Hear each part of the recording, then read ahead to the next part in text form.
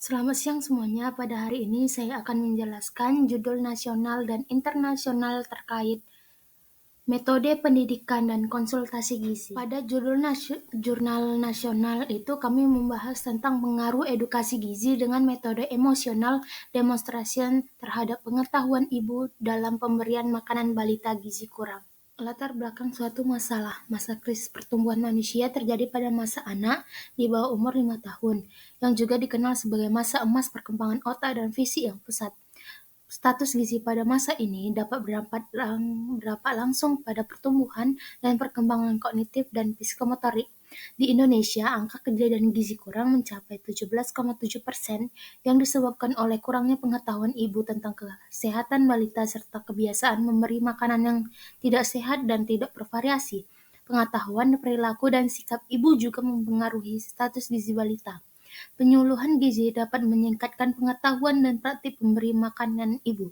Oleh karena itu, perlu dilakukan penelitian mengenai pengaruh edukasi gizi dengan metode emosional demonstration terhadap pengetahuan ibu dalam pemberian makanan pada balita gizi kurang. Hasil dari penelitian ini, pengetahuan ibu dapat mempengaruhi status gizi balita, terutama gizi kurang. Pengetahuan ibu berhubungan dengan pemberian makanan pada balita. Penelitian ini menunjukkan bahwa ibu dengan pengetahuan kurang memiliki hubungan dengan status gizi kurang. Pendidikan ibu mempengaruhi pengetahuan tentang gizi. Tingkat pendidikan ibu dapat mempengaruhi daya terima informasi. Hasil penelitian menunjukkan bahwa ibu balita umumnya lulusan SMA. Tingkat pendidikan ini dapat mempengaruhi daya terima edukasi gizi. Setelah diberikan edukasi pengetahuan, metodologi penelitian ini menggunakan desain open label non-randomized control trial. Populasi penelitian terdiri dari ibu dengan anak balita gizi kurang di desa Beleke, Kabupaten Lombok Barat. Sampel penelitian sebanyak 54 orang dengan masing-masing kelompok perlakuan dan kontrol terdiri dari 27 orang. Kriteria inklusi meliputi balita berusia 15 sampai 59 bulan, status gizi kurang, diasuh oleh ibu kandung, menetap di desa Beleke, ibu sebagai responden, dan tersedia menjadi sampel penelitian.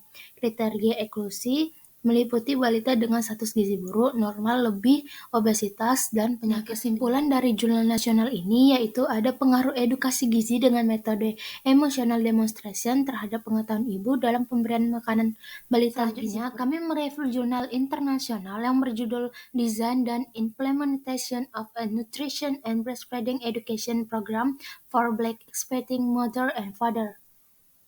Latar belakang masalahnya, 8 rasisme struktural dan faktor-faktor penentu kesehatan sosial lainnya meningkatkan risiko bahwa perempuan kulit hitam akan terkena dampak besar dari masalah-masalah yang sebenarnya dapat dicegah seperti hipertensi, obesitas, diabetes, aktivitas fisik yang buruk, kebiasaan makanan yang tidak sehat, dan stres. Berbagai permasalahan harus dibatasi ketika menangani rasisme struktural, faktor penentuan sosial dalam kesehatan, dan kebutuhan akan layanan yang dampak pada kesehatan ibu berkulit hitam. Secara khusus, penelitian menunjukkan bahwa 60% hingga 75% kematian di kalangan perempuan dapat dicegah dengan peningkatan keterlibatan ayah karena dapat mengurangi stres ibu. Dukungan dan bukti diperlukan untuk membantu dalam memperluas dan memperkuat kemitraan di seluruh negara bagian untuk mengurangi angka kematian ibu, mortalitas dan morbiditas dengan meningkatkan kekeluaran gizi ibu, peningkatan angka pemberian ASI, dan meningkatkan keterlibatan ayah dalam upaya-upaya ini.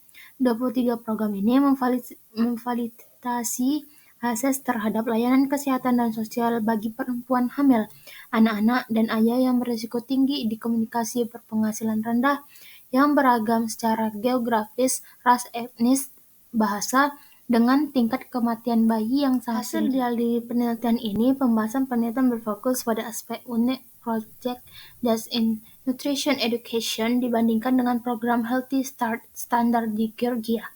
Kerangka teoritis proyek ini didasarkan pada model ekologi yang mempertimbangkan status kesehatan dan perilaku dipengaruhi oleh berbagai faktor di berbagai tingkat sistem sosial, dengan memperhatikan keyakinan, perilaku, pengetahuan, dan sikap individu mengenai nutrisi dan menyusui. Intervensi ini bertujuan untuk mengurangi kesenjangan dalam kesehatan ibu berkulit hitam. Secara keseluruhan, proyek ini mewakili pendekatan struktural dan berdasarkan bukti dalam pemberian pendidikan menyusui dan gizi kepada kedua orang tua dalam program Healthy Start. Dengan melibatkan para ayah mengatasi kesenjangan mendorong perilaku sehat, penelitian ini berupaya meningkatkan hasil kesehatan bayi dan ibu di antara orang tua berkulit hitam yang sedang hamil di Georgia. Metodologi penelitian proyek ini berbeda dari penerapan Healthy Start di Georgia saat ini dalam dua hal berbeda. Yang pertama, proyek ini berfokus pada rekrutmen dan inklusi ayah dan dalam lokakarya, pendidikan nutrisi dan menyusui bersama ibu hamil. Dan yang kedua itu, proyek ini menyediakan kurikulum untuk membahas pentingnya nutrisi dan menyusui bagi ibu dan ayah. Aspek kunci dari penelitian partisipatif berbasis masyarakat bahwa masyarakat yang berprioritaskan dilibatkan dalam semua tahapan proses penelitian. Metode penelitian berbasis masyarakat yang menggunakan tingkat keterlibatan masyarakat yang tinggi dalam proses perencanaan akan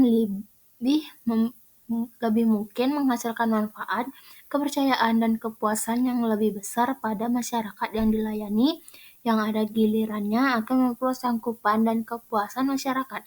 Keberlangsungan intervensi. Faktor kunci dalam memperkenalkan program dan intervensi yang berhasil untuk mengatasi kesenjangan adalah dengan melibatkan komunitas yang terkena dampak, yaitu ibu, ayah, komunitas, dan penyedia layanan klinis, dan melanjutkan keterlibatan di seluruh perencanaan, pengembangan, dan implementasi intervensi yang dipilih. Kesimpulan dari jurnal internasional ini yaitu intervensi ini menyoroti perlunya dukungan multi-level bagi kemampuan ibu berkulit hitam dalam mempertahankan pengetahuan, sikap, efikasi diri mengenai gizi dan menyusui. Intervensi ini juga menyoroti perlunya mengatasi faktor interpersonal yang mempengaruhi kesehatan ibu seperti keterlibatan ayah. Penelitian ini inovasi karena menguji intervensi pendidikan dan berupaya menyoroti dampak keterlibatan ayah terhadap kesehatan ibu, khususnya melalui dukungan untuk menyusui dan pola makan sehat. Terakhir, gambaran intervensi ini akan mendorong peneliti untuk melakukan penelitian yang lebih fokus pada bidang sosial lainnya. Faktor penentu kesehatan yang mempengaruhi kesehatan ibu, misalnya akses terhadap makanan sehat, akses terhadap perawatan kehamilan, dan hambatan batin yang membatasi kemampuan ayah untuk terlibat selama kehamilan. Penjelasan saya pada hari ini. Terima kasih.